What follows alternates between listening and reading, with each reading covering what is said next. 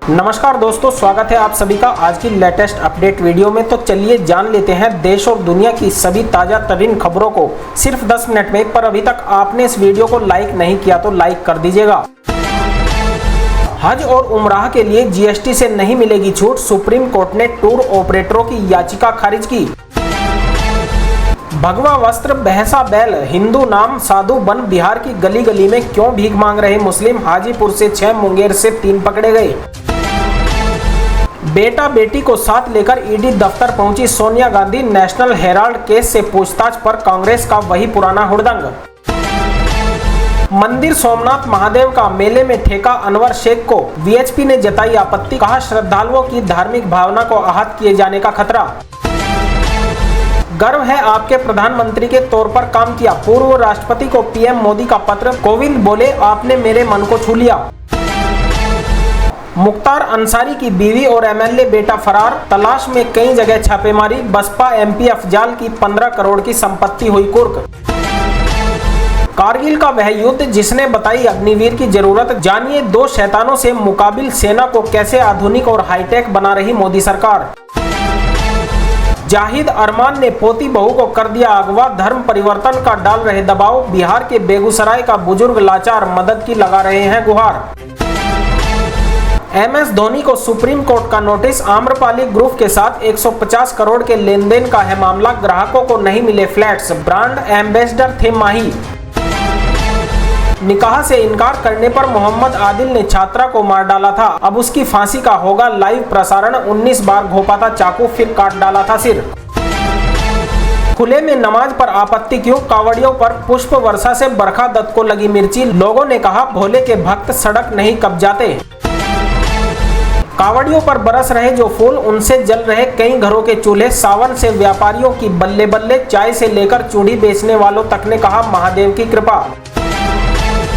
केरल में एक और आरएसएस कार्यकर्ता की मौत, सीपीएम के गुंडों ने किया था जानलेवा हमला, बोली पुलिस गिरने से गई जान।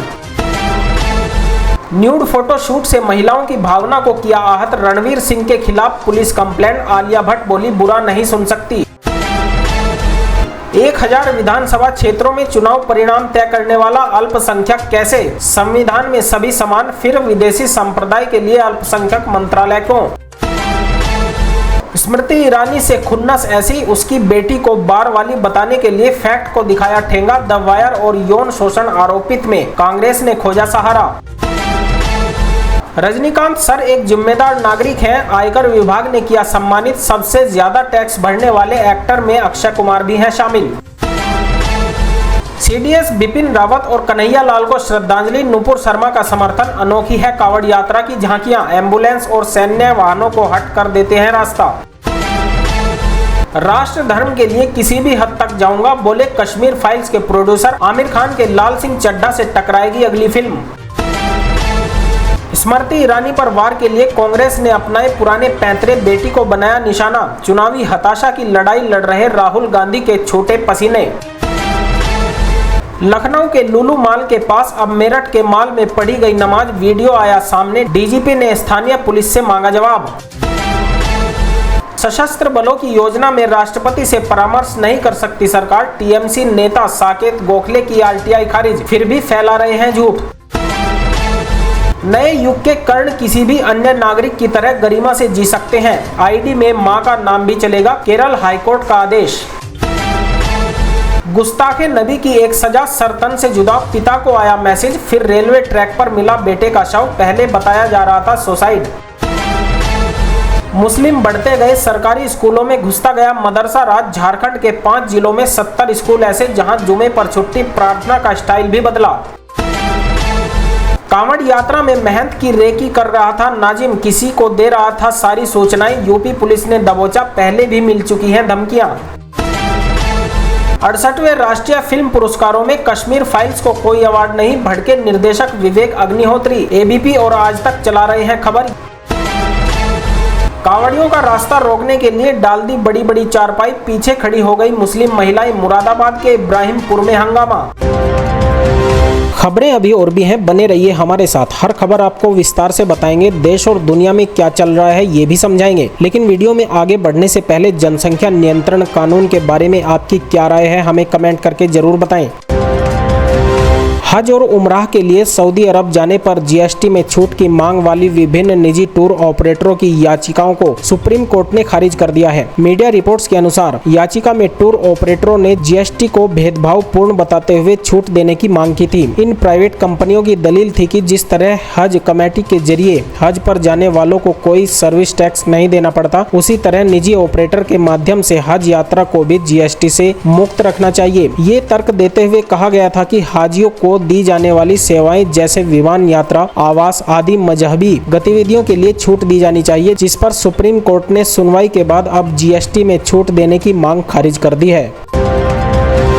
बॉलीवुड एक्टर रणवीर सिंह के न्यूड फोटोशूट के खिलाफ मुंबई पुलिस को एक शिकायत दी गई है। रणवीर उस फोटोशूट में बिना कपड़ों के नजर आ रहे हैं, जिस वजह से हर तरफ उन्हें काफी ट्रोल किया जा रहा है। वहीं अब वह एक नई मुसीबत में पड़ गए हैं। मीडिया रिपोर्ट के अनुसार रणवीर के खिलाफ न्यूड फोटोशूट कराने के मामले में भारतीय संस्कृति का हवाला देते हुए एक गैर सरकारी संस्था ने मुंबई के चेंबूर पुलिस स्टेशन में शिकायत दर्ज करवाई है। श्याम गंगाराम फाउंडेशन नाम के एक एनजीओ ने अपनी शिकायत में लिखा, हम पिछले 6 सालों से बच्चों और विधवाओं के अच्छे भविष्य के लिए काम कर रहे हैं। पिछले हफ्ते हमने रणवीर सिंह की कई न्यूड फोटोज वायरल होते हुए देखी। वो तस्वीरें जिस हिसाब से क्लिक की गई, उससे कोई भी महिला और पुरुष शर्मसार महसूस करेंगे।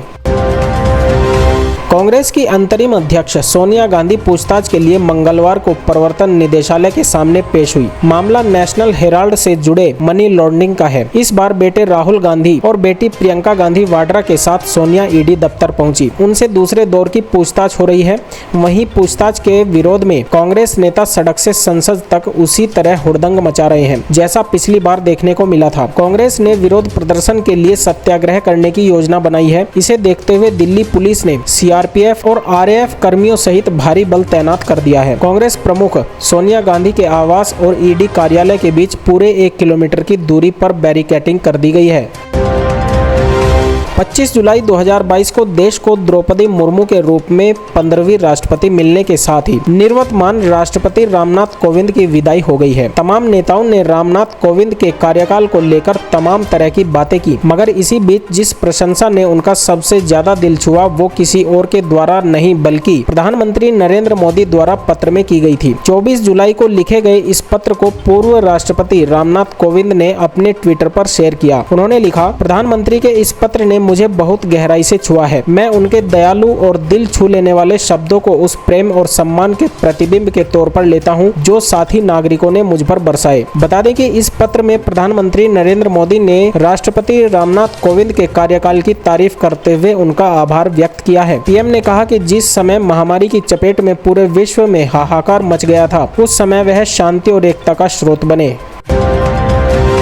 उत्तर प्रदेश की बांदा जेल में बंद पूर्व विधायक मुख्तार अंसारी के परिवार पर कानून का शिकंजा कसता जा रहा है। रविवार 24 जुलाई को मुख्तार के सांसद भाई अफजाल अंसारी की 15 करोड़ की संपत्ति कुर्क कर दी गई। सोमवार को मुख्तार की बीवी अफशां अंसारी और विधायक बेटे अब्बास अंसारी की तलाश में छापेमारी की गई। दोनों फिलहाल फरार हैं। बता दें कि अब्बास अंसारी ने 2022 के चुनाव के दौरान विवादित बयान दिया था। अब्बास ने कहा था कि चुनाव परिणाम आने के 6 महीने बाद तक अधिकारियों को हटाया नहीं जाए। पहले सपा सरकार बनने के बाद उनसे हिसाब किताब किया जाएगा, उसके बाद ही किसी का ट्रांसफर होगा। उन्होंने यहां तक कह दिया था कि इसको लेकर अखिलेश यादव से भी बातचीत हो चुकी है। वीडियो वायरल होने के बाद अब्बास अंसारी के खिलाफ मुकदमा दर्ज कर लिया गया था।